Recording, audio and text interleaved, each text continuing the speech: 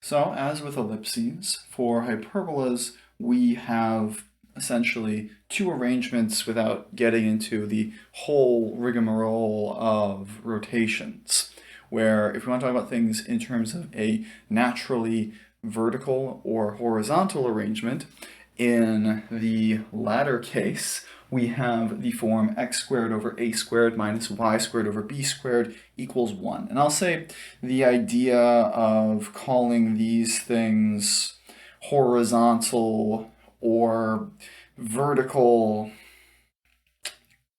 it doesn't quite have the same meaning in the other context. So in the book, we don't quite use those same sort of names. I use them here because I think it's better for a sense of shorthand to call this horizontal, where we say it is horizontal because the axis that the vertices as well as the foci go through, which is called the transverse axis, is along the horizontal line. And then also we can think of the sides of the hyperbola as opening horizontally.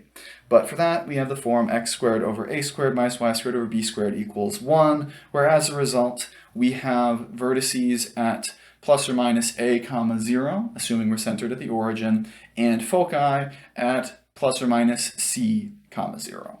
Similarly, for the vertical arrangement, we have y squared over a squared minus x squared over b squared equals 1, where in that case, we're just essentially turning everything over onto its side.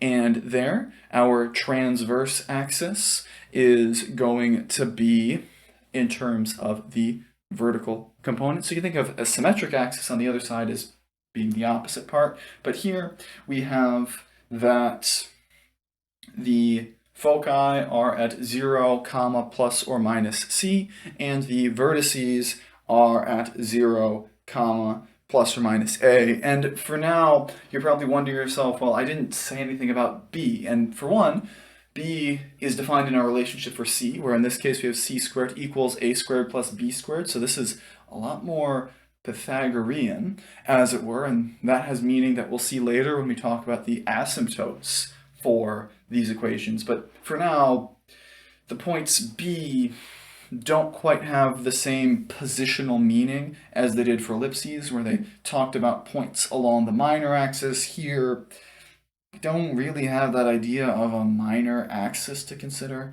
So those points with value b, it's not quite the same relationship. Anyway,